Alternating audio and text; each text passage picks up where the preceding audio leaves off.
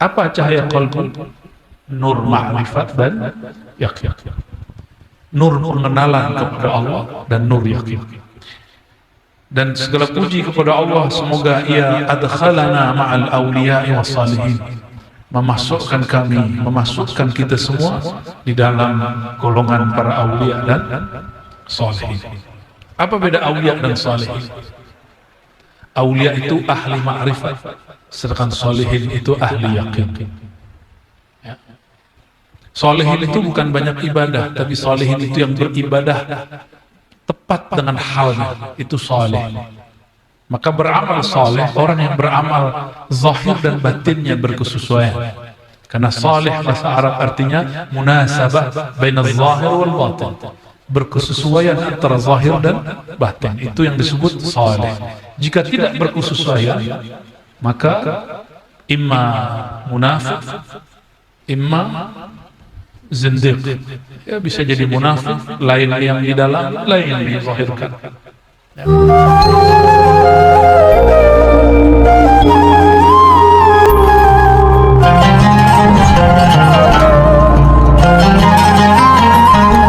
Para guru, para santri, para sahabat-sahabat yang dimuliakan Allah, salam sudah didahulukan kepada guru Daudi, hormat. Langsung saja kepada kitab. Mohon maaf kami datangnya agak terlambat karena jauh, itu pun sudah ngebut. Kemarin kita bersilaturahim kepada guru Kusyairi, alhamdulillah dibersamai oleh Al-Muhaddis Dr. Muhammad Sabran Afandi. Beliau kemana-mana bersamai, padahal badannya Masya Allah sudah sepuh, umur 80-an. Lalu kami ziarah ke sahabat beliau, yaitu Syekh Muhammad Nafis Al-Banjan, sekitar Durun Nafis.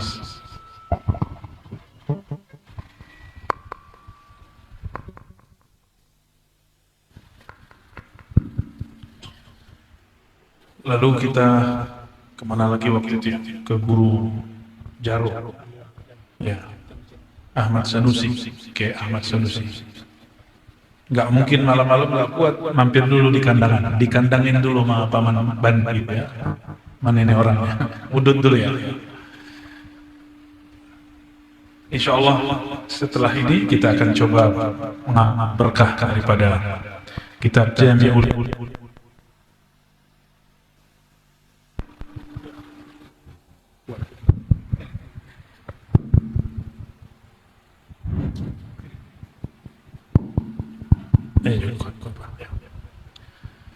Kitab ini ditulis beliau setelah pulang ke Banjar.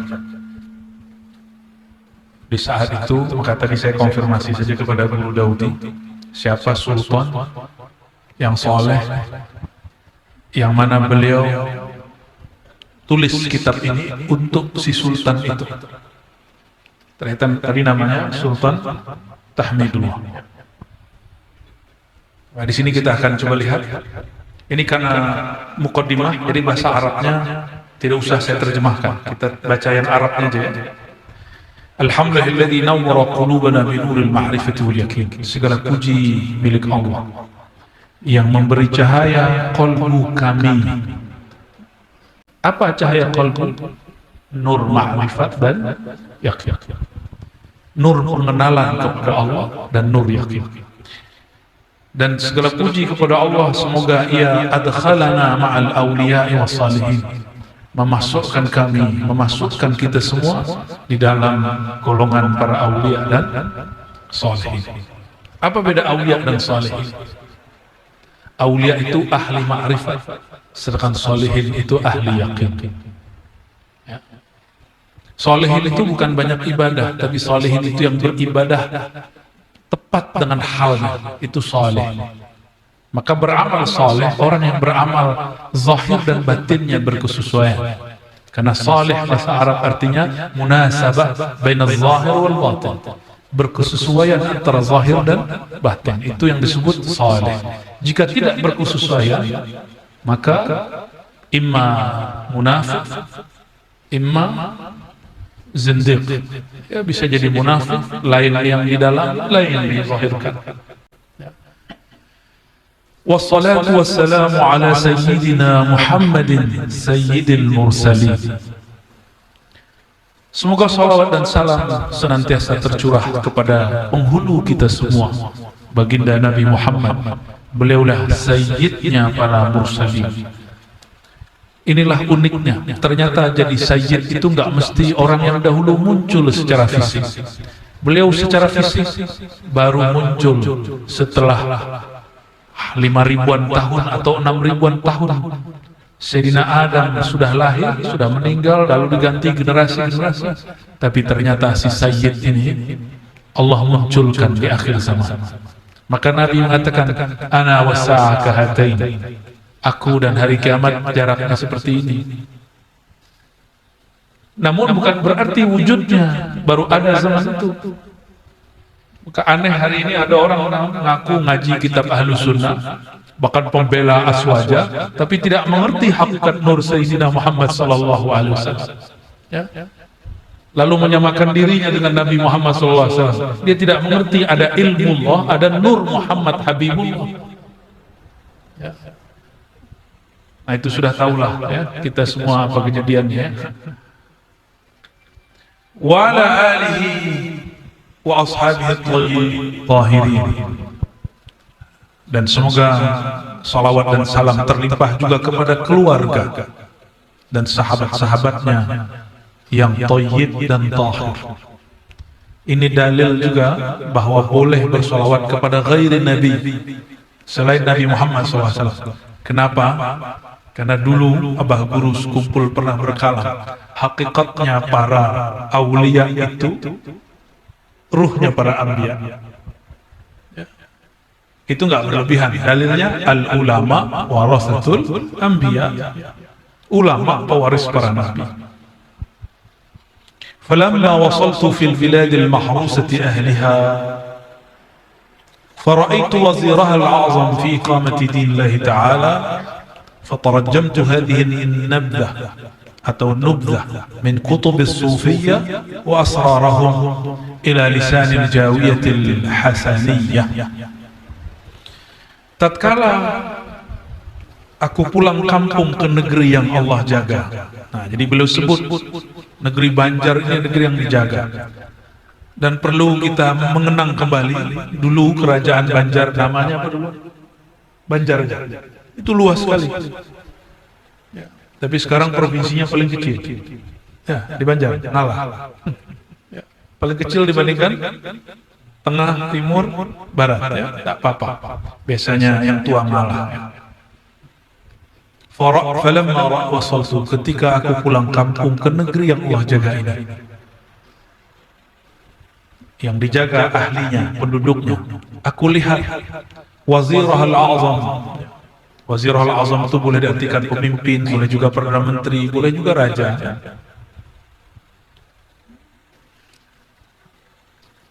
Fi iqamati dinillah, dia senantiasa berusaha untuk menegakkan agama Allah. Maka tarajjamtu hadhihi an-nubdhah, maka sedikit tentang persoalan ini aku terjemahkan dari kitab-kitab ulama sufi dan rahasia-rahasia mereka ila lisanil jawiyah, ke bahasa Jawi. Jadi dulu Indonesia itu istilah orang-orang penjajah. Ulama kita menyebut negeri ini tanah Jawi, bukan Jawa. Jawi. Jawa itu pulau, Jawi orangnya. Maka dulu dari Aceh sampai ke Papua disebut Jawi. Orang-orang Jawa, orang-orang yang hidup di bawah angin, itu artinya. Ya, itu sebutan daripada Ibnu Battuta, atau orang-orang yang hidup di Khatulistiwa. Dalam bahasa belakangan disebut Ar-Rakhbin. Dalam bahasa Kawi atau mungkin dekat dengan Sanskerta disebut Nusantara. Nusantara. Maka yang sahih penamaan negeri ini tanah Jawi atau Nusantara, bukan Indonesia. Alhamdulillah ibu kota kita yang baru namanya IKN, Ibu Kota Negara Nusantara. N-nya hilang, sisa satu. Insya Allah. Insya Allah kejayaan negeri ini akan Allah bangkitkan kembali. Amin ya rabbal alamin. Dan kok bisa ibu kota sekarang yang mau nih Kalimantan? Ya mungkin doa-doa beliau inilah dulu. Yang beliau sebut fil bilad al-mahrusati ahliha, di negeri yang Allah jaga penduduknya. Amin ya Rabb. Jadi Jawi bahasa Melayu disebut lingua franca. Apapun sukunya dulu bisa mengerti bahasa Jawi.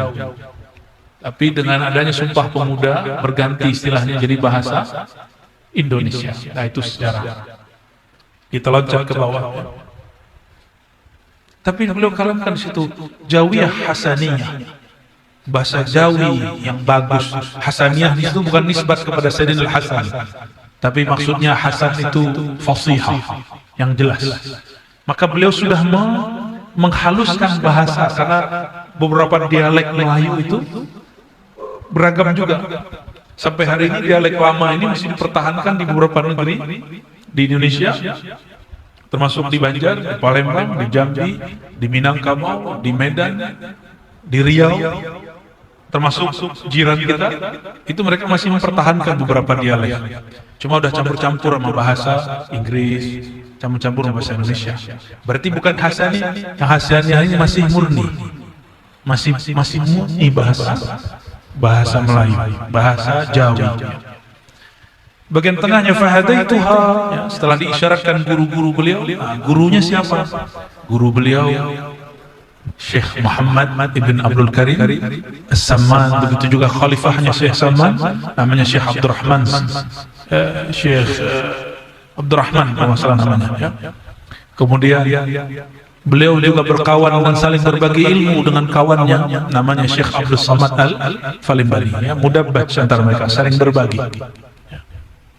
Fahadaituha lahu biwajhillahi ta'ala, maka aku hadiahkan buku ini untuk sang sultan biwajhillahi ta'ala, dengan menghadap ridha Allah subhanahu wa ta'ala. Saqallahu lahu min biharil ma'rifah wa tauhid. Sungguh beruntung ini sultan dapat doa dari wali Allah. Kata sang wali yang bernama Syekh Muhammad Arsyad Al-Banjari, semoga ini sultan, saqallahu lahu, Allah minumkan kepadanya kelezatan lautan ma'rifat, wa tauhid, dan tauhid, wa najahu, dan Allah bebaskan dia min fitnati yaumil ma'in, daripada huru-hara hari akhir zaman. Faja'altuha ala arba'ati fusul, maka aku buatlah kitab ini menjadi 4 fasal. Fasal pertama fi bayani ma'rifatillahil a'zam, mengenai mengenal Allah yang Maha Agung. Mari kita baca Al-Fatihah lagi supaya qalbu tambah kuat, ya. Ila jami'i arwahina wa arwahi masyayikhina, وخصوصا الشيخ محمد أرشد البنجري والشيخ محمد زيني. الفاتحة. أعوذ بالله بسم الله.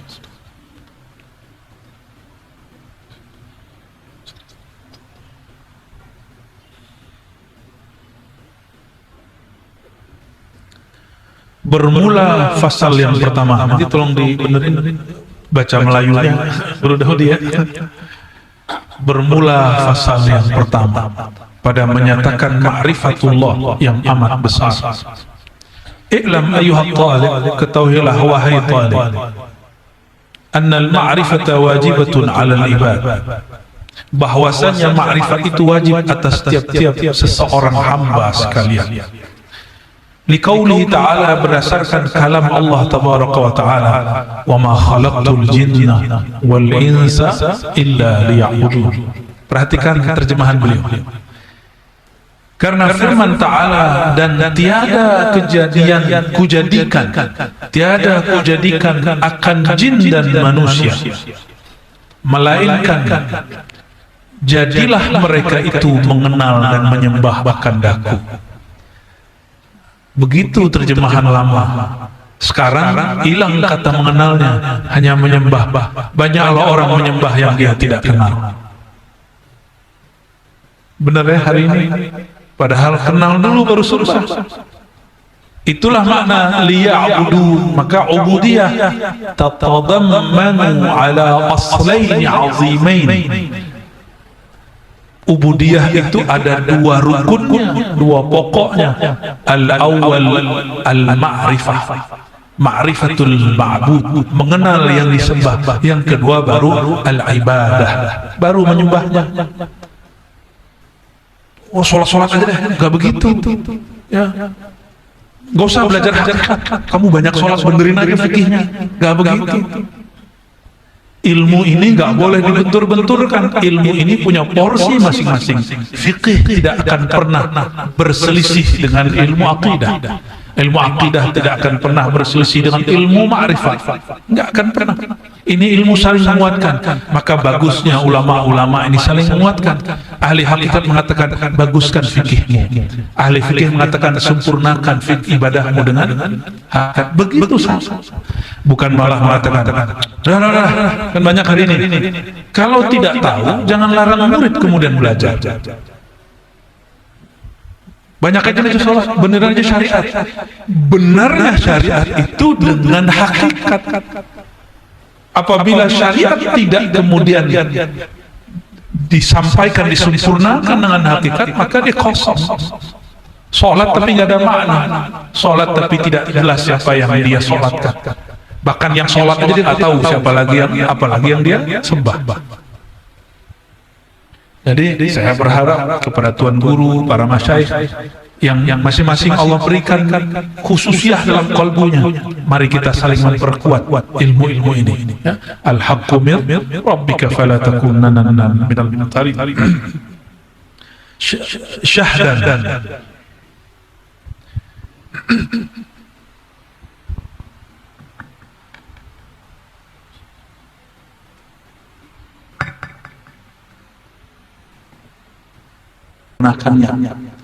Ini ada orang ahli hadis, kita bantu menjelaskan takhrij, bukan malah menyalah-nyalahkan. Maka ada sahabat kita di Jiran difatwakan sesat cuma karena masalah hadis palsu. Wajar. Sekelas Syekh Arsyad puluhan tahun di Mekah Madinah itu tidak mendalami hadis, takhrij hadis. Kok bisa? Ya bisa. Imam Ghazali tidak mendalami takhrij hadis, tapi beliau hafal ribuan hadis. Seperti Syekh Arsyad juga hafal ribuan hadis, tapi tidak mendalami takhrij. Takhrij ini memerlukan satu ilmu namanya jarh wa ta'dil. Harus mengetahui dari fulan, si fulan ini siapa gurunya, siapa yang ketemu dengan dia ini thiqah atau tidak, kuat atau tidak. Itu ilmu butuh mutalaah panjang. Maka kata Imam Zahabi, seandainya Imam Ghazali membaca yang kami baca, tentu semua ahli hadis kalah sama dia. Kami kalah sama dia. Tapi Imam Ghazali memisahkan dirinya. Bagi beliau ilmu hadis sudah ada yang urus. Harusnya saling memperkuat, bukan seperti orang-orang hari ini. Jangankan Syekh Arsyad, Imam Ghazali pun mereka hina. Ya? Apa kata mereka? Apa itu Ihya Ulumuddin, banyak hadis palsu. Saya pastikan orang ini 10 halaman pun belum khatam baca Ihya Ulumuddin. 10 halaman apalagi Ihya Ulumuddin 4 jilid. Kalau dia baca dan dia mengerti hadis, tidak akan tahu bahwa hadis-hadis yang dibaca Imam Ghazali 98% ada sumbernya dan kita sudah temukan. 2% yang kita belum ketemu. Paling cuma 100 hadis yang nggak ketemu. Hadisnya 5.000. Ada orang hari ini yang sanggup ngumpulin hadis satu kitab 5.000. 5.000 itu lebih kurang. Bisa lebih, bisa kurang. 5.000 itu lebih banyak daripada Sunan Abu Daud. Nama beliau kan Daudi nih. Guru ya. Mungkin dulu ayahanda beliau dapat inspirasi dari Imam Abu Daud. Maka ayahandanya dapat nama Abu Daudi. Bukan dengan nama seorang ulama dan wali. Itu nggak nyampe. Sunan Ibnu Majah itu nggak nyampe 5.000. Sunan Abu Daud berapa ribu? Imam Ghazali dengan izin Allah mampu mengumpulkan riwayat 5.000, belum lagi kaul asar sampai belasan ribu. Kalau beliau hidup hari ini orang akan menyebutnya Al-Hafiz. Cuma hidupnya di zaman orang banyak ahli takhrij. Di zaman Syekhana Arsyad itu zaman ilmu takhrij sedang tergerus. Ilmu takhrij berpindah ke India. Kenapa di India? Dulu orang ahli hadis ini sering mengejek orang bermazhab Abu Hanifah. Maka di India orang-orang bermazhab Hanafi mengkaji hadis dari masa ke masa, muncullah di sana muhaddis besar. Puncaknya nanti ada madrasah Doibandi, ada madrasah macam-macam, ada kemudian Maulana Ilyas Kandahlawi, ada macam-macam, ada Habibur Rahman Al-Azam, kemudian yang pindah ke Saudi Mustafa Al-Azami yang belum lama meninggal dari India. Sedangkan negeri kita kebagiannya sekarang, kebagian kebangkitan ilmu hadis, ilmu tasawuf, semua ilmu ini bagian kita ini. Maka penandanya satu aja, kitab-kitab tua sudah mulai dicetak. Ini dia. Maka semoga diberkahi zuriat Datuk Kalampayan, ya. Begitu juga orang yang langsung nyetaknya, siapa yang yadun tula fi tab'ati hadzal kitab, dan semua guru-guru di sini. Nah, kitab ini kan lagi khatam, baca lagi, khatam, baca lagi, ya. Selesaikan Surah Al-Ifah, baca Jami'ul Asrar, selesai, balik lagi. Kalau ada lagi kitab di atas ini, baca lagi itu. Insyaallah barakah akan turun, kebangkitan rohani akan bangkit lagi, muncul. Jadi ketika kita ketemu seorang syekh di zaman itu menyebutkan yang bukan hadis-hadis, kita maklum. Bahkan ada satu kalam nanti, ana al-alam minni wa ana minallah, itu juga bukan hadis, itu kalam-kalam ilham, ya. Bukan berarti kemudian orang yang menukilnya sesat, ya. Man arafa nafsahu faqad arafa rabbahu. Barang siapa mengenal ia akan dirinya, maka sesungguhnya mengenal ia akan Tuhannya. Itu bacanya apa, guru? Setelah titik-titik. Ini tutup titik ini guru yang ngasih.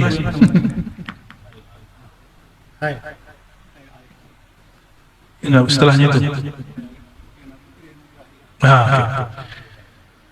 Hai Arif, dianugerahi Allah lah kiranya akan dikau minuman yang terpercik daripada bilik tirai. Bahasa lama sekali dia. Di sini kamar masih disebut bilik nggak? Udah enggak? Bilik itu kamar. Balik tirai, ada lagi tirai. Atau bisa juga dibaca balik tirai. Bisa bilik, bisa balik. Lebih tepat balik tirai. Tirai, jangan bayangkan tirai ini. Maksud tirai al-hijab ma yahjubu ma wara'ah, atau ma yabna ma wara'ah, yang menghalangi sesuatu di belakang. Itu disebut hijab. Bahasa Jawinya tirai.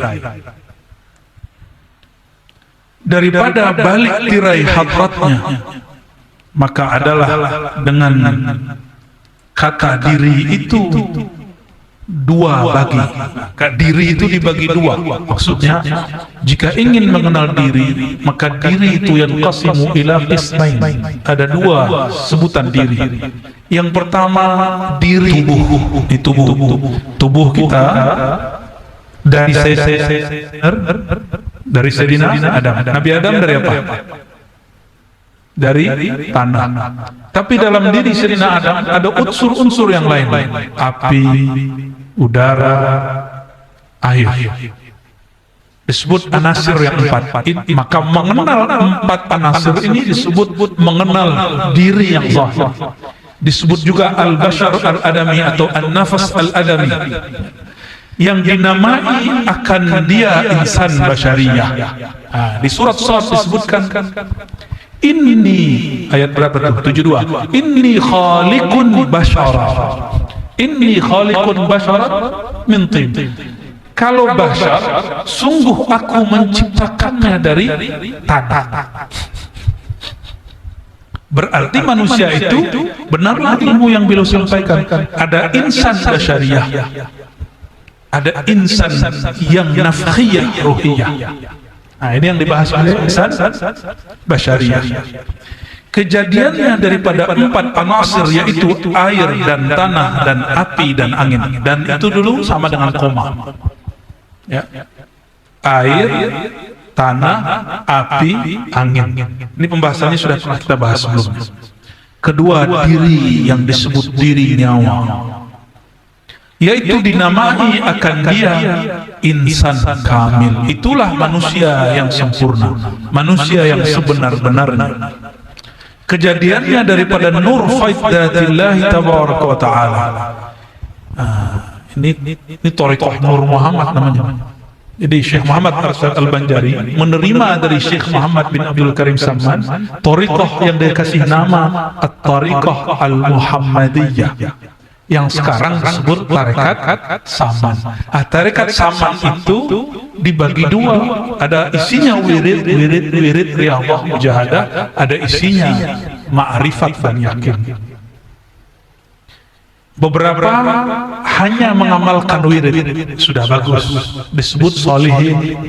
Beberapa mengerti pokok-pokok ma'rifat, disebut dengan ahlul haqa'iq, ahlul ma'rifat, ya. Maka ialah hakikat diri yang qaim, ia dengan wajibul wujud. Qaim berarti secara harfiah berdiri, tapi itu terjemahan lama. Sekarang kita terjemahkan yang berada. Yang qaim, yang ada, ia dengan sang wajibul wujud yang maha ada. Apa maksudnya? Jadi insan kamil, nyawa yang Allah tiupkan ke dalam diri, itu bersumber dari nur cahaya faid. Faid itu limpahan. Coba lihat, ada air keran, masukkan ke dalam wajan, bejana, wadah. Jika sudah penuh, maka tumpah. Tumpahan itu bahasa Arabnya faid. Dalam bahasa Arab hari ini, banjir disebut faid atau faidunat, air yang melimpah. Tapi ada air hujan dulu, atau dari hujan, bisa juga dari laut. Maka syaratul faid, syarat terjadinya faid itu mesti ada al-mufid, yang melimpahkannya. Itulah zat subhanahu wa ta'ala. Maka ialah hakikat diri yang qaim, ia yang ada, ia dengan wajibul wujud yang maha ada. Apa beda wujud kita dengan wajibul wujud? Ini nama Allah, wajibul wujud, nama sifat namanya. Wajibul wujud disebut dengan nama sifat. Wajibul wujud, dia yang ada binafsihi au bidzatihi, itu disebut wajibul, yang dia ada dengan dirinya. Kita ada karena orang tua kita. Orang tua kita terus sampai ke Nabi Adam. Nabi Adam ada, tercipta dari anasir. Anasir yang 4. Anasir yang 4, berkalamlah Allah yang punya kudrat iradat kun. Dengan tangannya dia menciptakan. Tapi tangannya jangan dibayangkan tangan ini, karena Allah bukanlah jisim. Hanya dialah yang tahu maknanya. Jadi kita ini wujud bukan binafsihi, bukan dengan diri kita, bukan ada sendiri, tapi wujud bi ghairihi, wujud karena diwujudkan. Apa hubungan wujud kita dengan wujud Allah? Ahli akidah menyebut hubungannya khalqiyah, ciptaan. Kata kuncinya kun, dicipta dari tiada menjadi ada di bahasa ahli akidah. Sedangkan ahli ma'rifat menggunakan istilah yang berbeda tapi tidak bertentangan dengan mereka. Apa istilahnya? Faid.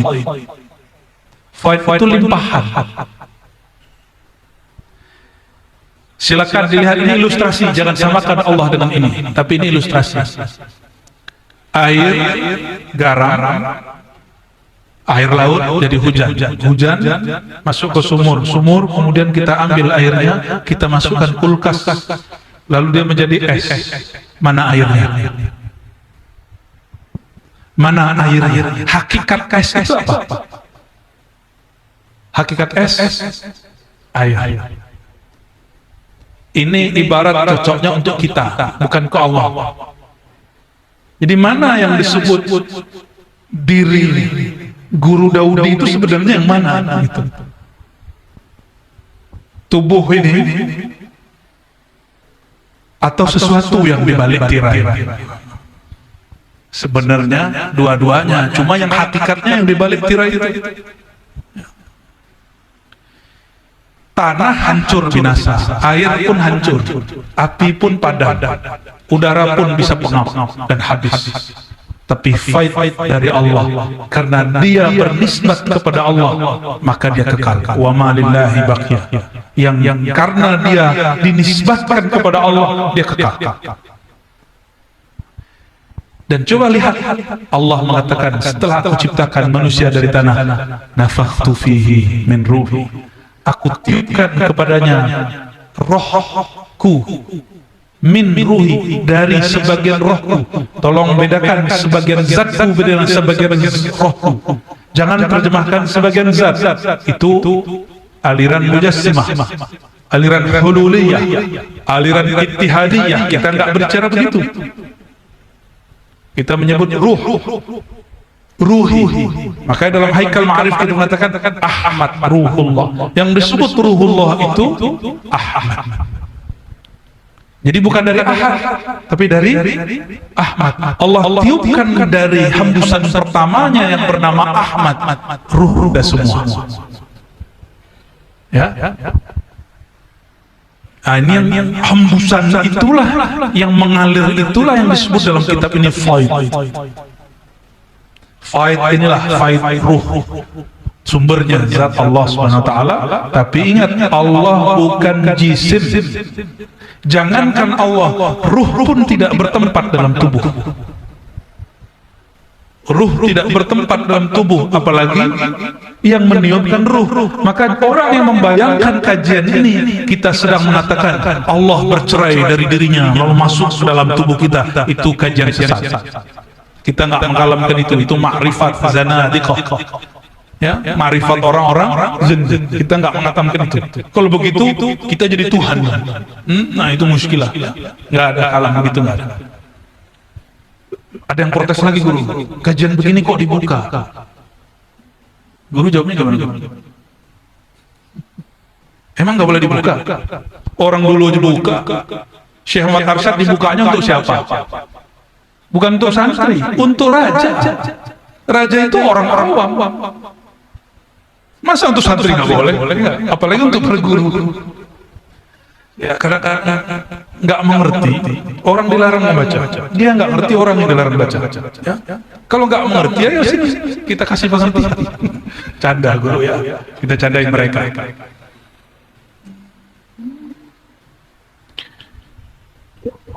Fight zat Allah, ya. Maka ialah hakikat diri yang ada ia dengan wajib. Ialah yang bernama a'yan thabitah. Ini istilah aja. Ini saya hindari gunakan istilah. Ini istilah dalam kajian kitab Martabat 7. Pegangan Syekh Muhammad Arsyad, pegangan Syekh Muhammad Nafis Al-Banjari, Syekh Abdul Hamid Dato' Abul. Ini trilogi, ini trio apa nih? Trio cahaya ini, pegangan mereka Martabat 7. Salah satu cara dulu, karena dulu yang mengkaji itu ulama-ulama, maka istilah Arab muncul. Istilah yang paling sering disebut a'yan thabitah. Ya. Saya nggak usah pakai penjelasan panjang-panjang, langsung aja. Ya. Nanti silakan dilihat di kajian Martabat 7, sudah ada beberapa kali saya buat di Sumatera. Diputar-putar aja videonya. Ya, barangkali masih ada, kecuali di band nama YouTube. Dan suratul Rahman. Ahli hadis mentok, ahli hadis bingung, ahli akidah pun kemudian mentakwil-takwil. Karena ketemu satu hadis di Sahih Muslim, hadis yang muskil secara lafaz. Kata Nabi, jangan pukul wajah saudaramu. Ya? Fa innahu, sesungguhnya, fa innallaha khalaqa Adam ala suratir Rahman. Karena Allah Ta'ala menciptakan manusia Adam ala suratir Rahman, sesuai dengan surah Rahman. Dan bingung, ya? Apakah Allah punya surah? Surah, apa arti surah? Gambar, bentuk. Kita sepakati di awal, Allah fisik atau bukan fisik? Allah benda atau bukan benda? Kalau disebut yadun, tangan, bukan tangan ini, bukan juga tangan yang dibayangkan oleh pikiran. Gede, coba bayangkan ada tangan sebesar gunung. Sudah? Bukan juga itu. Tangan sebesar matahari. Enggak juga itu. Itu berarti namanya tangan maknawi. Ada orang mujassim zahir. Mujassim secara zahir. Dibayangkan tangan seperti ini. Ada yang mujassim akli maknawi. Dia tidak membayangkan fisik, tapi yang non fisik, tapi mirip dengan fisik. Itu yang dikritik oleh para ulama arif billah dari dulu, ya. Maka para ulama ahlu sunnah sufi tidak membuang-buang waktu dalam mentakwil, karena takwil ini butuh ilmu bahasa yang banyak dan butuh perdebatan yang panjang. Bahkan banyak ahli-ahli kalam itu belum meninggal dan mereka masih dalam berdebat, belum sempat merasakan hakikat suratul Rahman, nikmatnya yadullah fawqa aidihi. Belum mereka merasakan ar-Rahman 'alal arsy istawa. Karena sibuk berdebat. Ayat itu memulai kata Rahman, dia debat di istawa, nggak nyambung. Nggak nyambung. Banyak orang-orang nggak nyambung tapi ngakunya hari ini membela ahlu sunnah, membela agama.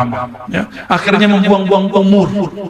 Masyarakat awam nggak perlu debat masalah itu, dia debatkan itu untuk orang-orang. Yang diperlukan orang awam itu liya'buduni, mengenal akan aku. Malah mereka yang menentang ilmu ini.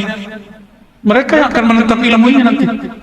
Yang ngakunya ahlu sunnah aswaja, sibuk mengajarkan takwil di kalangan awam, tapi dia lupa tujuan manusia. Liya'buduni, mengenal Allah, zatul buhti. Jadi asyan sabitah, diri yang sebenar diri, disebut juga suratul Rahman, disebut juga suratul Haq, disebut juga suratul Ilah, disebut juga suratullah, seperti sabda Nabi SAW. Maka baca kitab ini, kacamatanya diganti, jangan kacamata ilmu kalam. Kacamata ilmu kalam berdasarkan al-burhan al-aqliyah. Syekh Muhammad Abdul Ibnu Khaldun, apa kata beliau?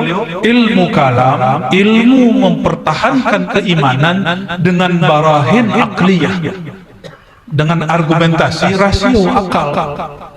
Sedangkan ilmu tasawuf merasakan Allah, mengenal Allah bukan dengan burhan akli, tapi dengan burhan qalbi, burhan zauqi, burhan ruhi. Argumentasinya bukan lagi mana dalil, argumentasinya sekarang mana yang ditunjukkan di dalam dalil. Ada dalil, ada madlul, ada buku peta, orang-orang pegang peta, tahu peta, apakah dia sudah disebut sampai kepada peta yang disebut dalam peta? Kan belum. Tulislah lafaz Allah, peluk-peluk, apakah dia sudah mendekat dengan?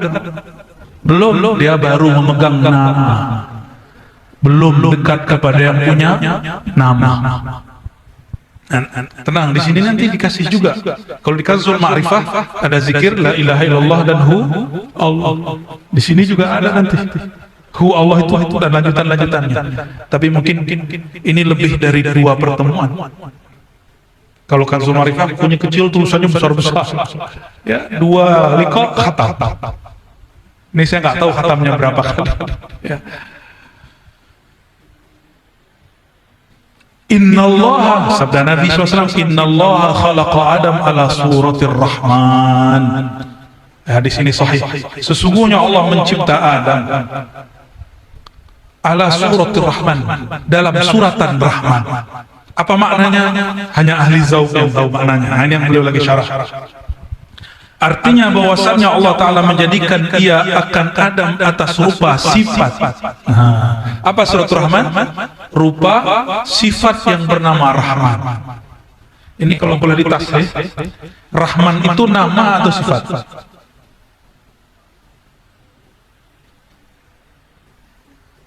Rahman nama atau sifat?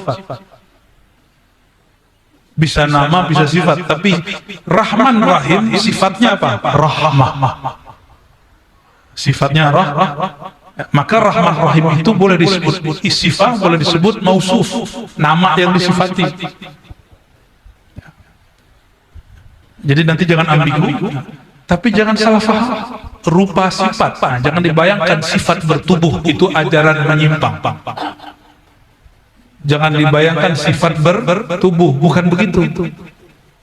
Ini lagi berbicara hakikat nyawa. Nyawa bukan tubuh, tubuh diri yang empat anasir. Di sini sudah nggak bahas tubuh. Tapi kok ada orang kaji ma'rifat diri, dia bahas ini sifat yang bertubuh. Ya salah. Sejak kapan sifat bertubuh? Mana ada kaedahnya sifat bertubuh? Itu kekeliruan, karena cara membaca tidak tepat. Padahal diri yang tubuh sudah ditinggal di pasal yang sebelumnya. Benar nggak? Pasal sebelumnya, bagian sebelumnya sudah. Yang dibahas sekarang diri yang nyawa, diri yang sebenar diri, yang disebut al-insan al-kamil. Jadi jika disebut, artinya bahwasanya Allah telah menjadikan ia akan Adam atas rupa sifat yang bernama rahmah. Sifat Allah pantulkan dalam keindahan kegagahan wajah Allah Ar-Rahman. Apa makna Rahman? Penuh kasih sayang. Kalau kita lihat wajah orang, kita nggak jadi pukul dia karena kasih sayang kepadanya. Jadi kalau hati ini keras, nggak bisa menyayangi orang biasa, carilah anak-anak kecil yang tiada ayah dan ibunya. Maka melihat wajahnya akan memunculkan surah Ar-Rahmaniyah. Kita langsung sayang dia. Inilah alasannya kenapa Nabi bukan hanya anak kecil yang udah meninggal ayahnya. Anak kecil punya ayah pun kalau ketemu beliau cium tangannya. Itulah surah Rahmaniyah. Jadi jangan dialih-alihkan kemana lain. Rahman, Maha Pengasih. Memandangnya membuat kita kasih. Sudah ada ultimatum. Dikit lagi lah ya. Inna Allah khalaqa Adam ala suratih. Allah menciptakan Sayyidina Adam dalam suratul Rahman. Artinya bahwasanya Allah Ta'ala menjadikan ia akan Adam atas rupanya atau rupa sifatnya yang qaim ia dengan zatnya.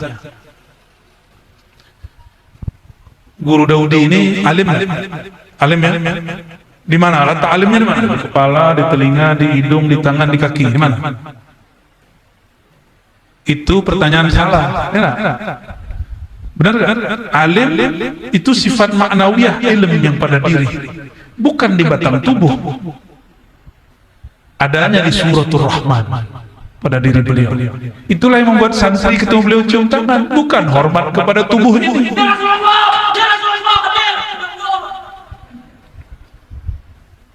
Allahumma salli ala Sayyidina Muhammad.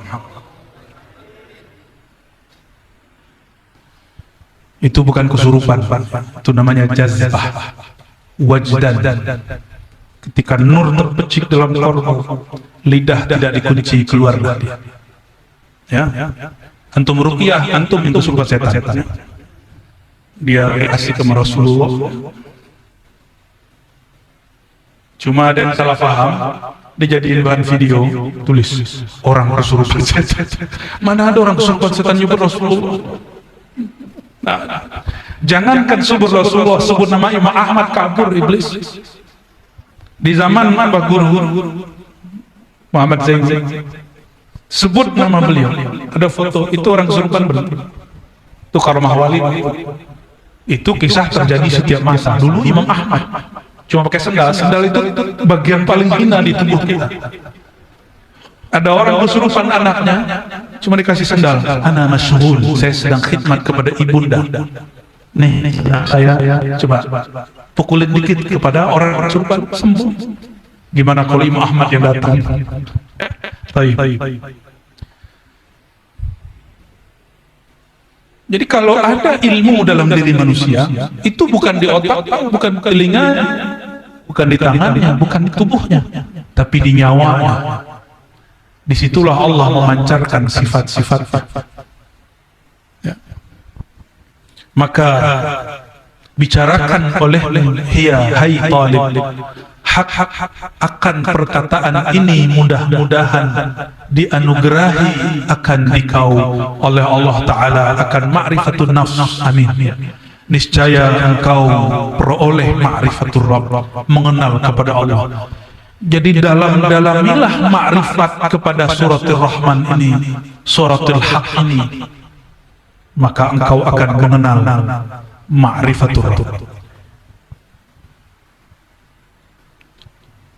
Karena bahwasannya adalah alam ajsam ini bayang-bayang alam arwah, dan alam arwah itu bayang-bayang a'yan tsabitah, dan a'yan tsabitah itu bayang-bayang martabat asma Allah Ta'ala yang bernama Wahidiyah, dan martabat Wahidiyah itu bayang-bayang martabat sifat Allah yang bernama Wahdah, dan martabat Wahdah itu bayang-bayang martabat Zatullah Tabaraka Ta'ala, Zatul Buhti yang bernama Ahadiyah. Maka adalah pada hakikatnya insan itulah bayang-bayang, bukan zat, tapi bayang-bayang martabat zat. Tahapan ini bukanlah berarti waktu, zaman, marhalah. Ini cuma ibarat untuk memudahkan faham. Allah tidak berlaku waktu dan zaman padanya, karena dialah yang sebenarnya hakikat ad-dahr. Ya. Nah, ini namanya martabat 7. Insya Allah di pertemuan kapanlah saya nggak tahu, kita akan kupas kembali martabat 7, lalu masuk lagi ke kitab ini. Insya Allah nanti kita kirim file kitab At-Tuhfah Al-Mursalah. Harus ngerti kitab itu baru masuk lagi ke kitab ini. Karena ini sudah jawami'ul asrar. Beliau himpun dari kitab-kitab yang bermacam. Kalau tidak dibaca kitab itu, khawatir salah memahami kitab ini. Insyaallah fil mustaqbal insyaallah sanaqra wa natabarrak bi athar imamil a'immah imamil arifin Syekh Puri Fadlullah Muhammad Fadlullah Burhan Puri al-musamma at-tuhfah al-mursalah ila ruhin nabiyina Muhammad sallallahu alaihi wasallam nabiyur rahmah. Ya, insyaallah. Jadi kesimpulan sederhananya, alam ajsam itu bukan hanya tubuh fisik, tapi benda-benda semuanya. Ini disebut alam ajsam. Jisim itu kalau terkecilnya disebut dengan jauhar. Jauhar ini punya sifat disebut arad. Kumpulan dari lebih dari satu jauhar. Jauhar itu zat, boleh juga diartikan zat. 2 zat, 3 zat. Nah, tubuh kita ini miliaran zat, miliaran sel. Maka di situ tergabung banyak jauhar dan banyak a'rad. Banyak a'rad. A'rad ini boleh disebut sifat. Jika berkaitan dengan makhluk, a'rad berkaitan dengan Allah disebut sifat. Jadi diri ini ada dua wajahnya. Ada wajah yang berhadap kepada jisim, ada wajah yang berhadap ke alam arwah. Jika dia terhalang daripada memandang kepada alam arwah, inilah asbab dia menjadi ahlud dunia. Tapi jika dibuka matanya, wajahnya kepada alam arwah, inilah awal dari kezuhudan. Dunia ikut dia. Saya sering sampaikan ini bagian terakhir yang mau saya sampaikan sebelum kita sementara. Dunia makhluk, benar, makhluk. Kita makhluk. Kita makhluk, dunia makhluk. Jika dunia melihat di dalam kalbu ada makhluk bernama dirinya, kata dia, ana rabbuhu wa huwa abdi. Kata si dunia, oh di kalbunya ada namaku, berarti dia budakku, dia hambaku, akulah tuannya. Kata dunia mundu ma khalaqallah ma ra'ahu Allah wa ma nazara ilaih. Dunia sejak Allah cipta tidak pernah Allah tatap, gak pernah Allah tatap. Maka siapapun yang naruh nama dunia di kolbu, jauhar dunia di kolbu, barang dunia di kolbu, hal dunia di kolbu, maka Allah tidak akan tatap kolbu itu. Karena kata Allah, dia budak dunia, dia bukan budak. Dia hamba dunia, bukan hamba. Maka zikir yang kita baca di waktu yang kemarin itu, kita jadikan zikir penutup 5 menit, ya, untuk mengeluarkan nama dunia, memasukkan nama Rabbud dunia, Allah Ta'ala, supaya dunia tunduk kepada kita, bukan kita yang tunduk kepada dunia. Jual mahal dikit sama dunia, ya, biar dia yang kejar-kejar kita, jangan kita yang kejar-kejar dunia. Mari kita tutup kitab Alhamdulillahirabbil alamin. Ikuti pejamatannya. Asyhadu an la ilaha illallah. Lagi. Asyhadu an la ilaha illallah. Aku bersaksi bahwasannya Engkau ya Allah Tuhan kami. Aku bersaksi bahwasannya aku ini adalah hamba-Mu ya Allah. Tubuh kami ya Allah adalah kun fayakunmu ya Allah. Jiwa qalbu ruh kami ya Allah berasal dari baginda Rasulullah Nur Sayyidina Muhammad. Wa ashhadu anna Muhammadar Rasulullah.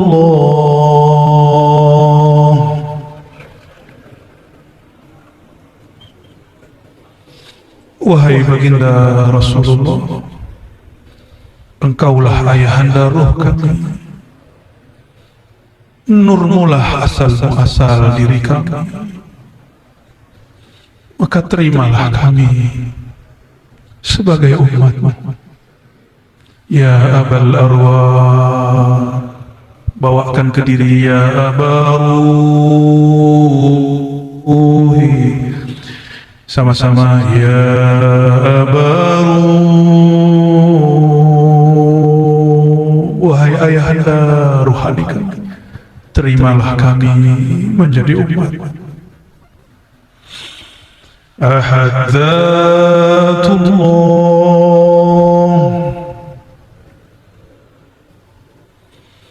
Ahad Dzatullah,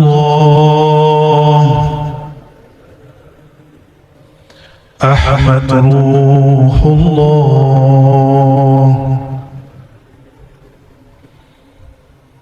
Muhammad Nurullah,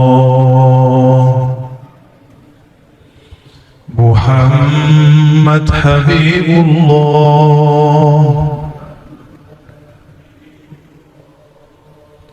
Al-Mahdi Khalifatullah.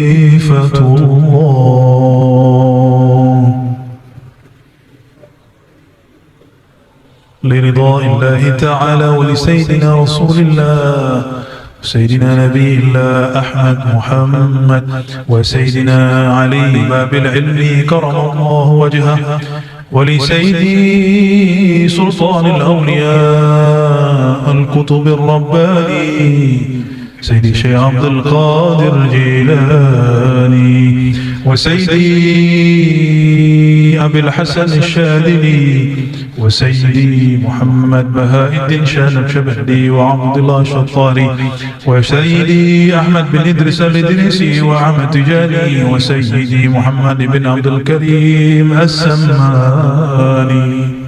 الفاتحة.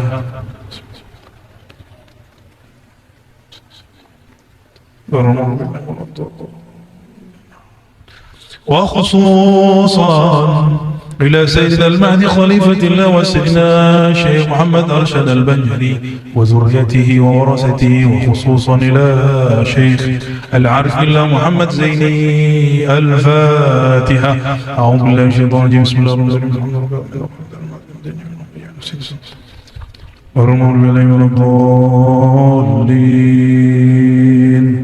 Ambil dari ujung rambut, ujung kaki ini diibaratkan ke ujung bumi.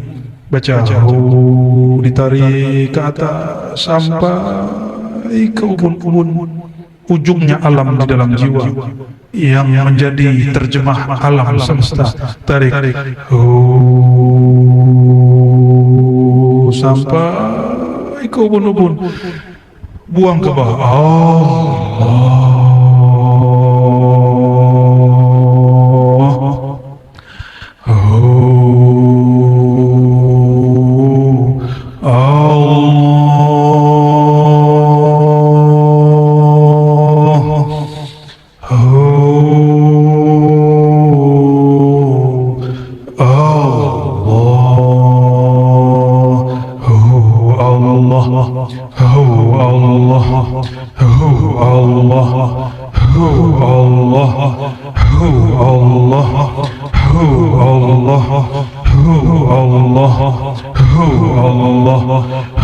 Allah, hu Allah, hu Allah, hu Allah, hu Allah, hu Allah, hu Allah, hu Allah. Lidah dikunci, pejam mata terus, pegang dadanya, sebut Allah, Allah, Allah. Afdalu dzikri la ilaha illallah. Dihunjam kalbu, la ilaha illallah, la ilaha illallah, Muhammadur Rasulullah sallallahu alaihi wasallam.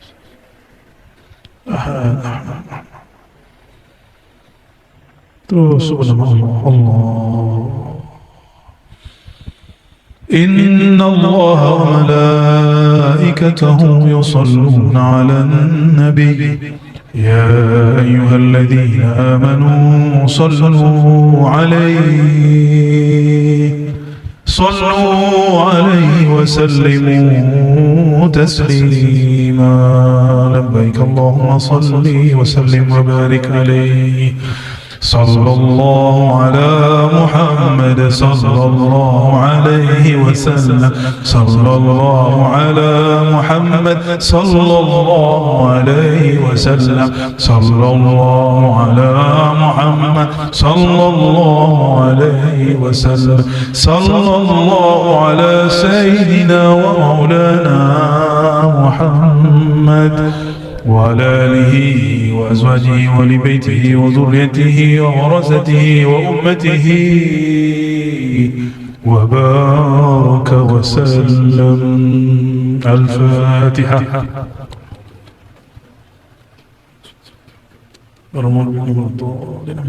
لقد جاءكم رسول من أنفسكم عزيز عليه ما عنتم حريص عليكم بالمؤمنين رؤوف رحيم. فإن تولوا فقل حسبي الله لا إله إلا هو عليه توكلت وهو رب العرش العظيم. سبحانك اللهم وبحمدك أشهد أن لا إله إلا أنت أستغفرك وأتوب إليك. Mohon maaf dari ulun jika ada salah kurang, salah adab, mohon dimaafkan, dimaklumi. Doakan selalu istiqamah dunia akhirat. Selamat lahir dan batin. Salam buat kita semua. Assalamualaikum warahmatullahi wabarakatuh.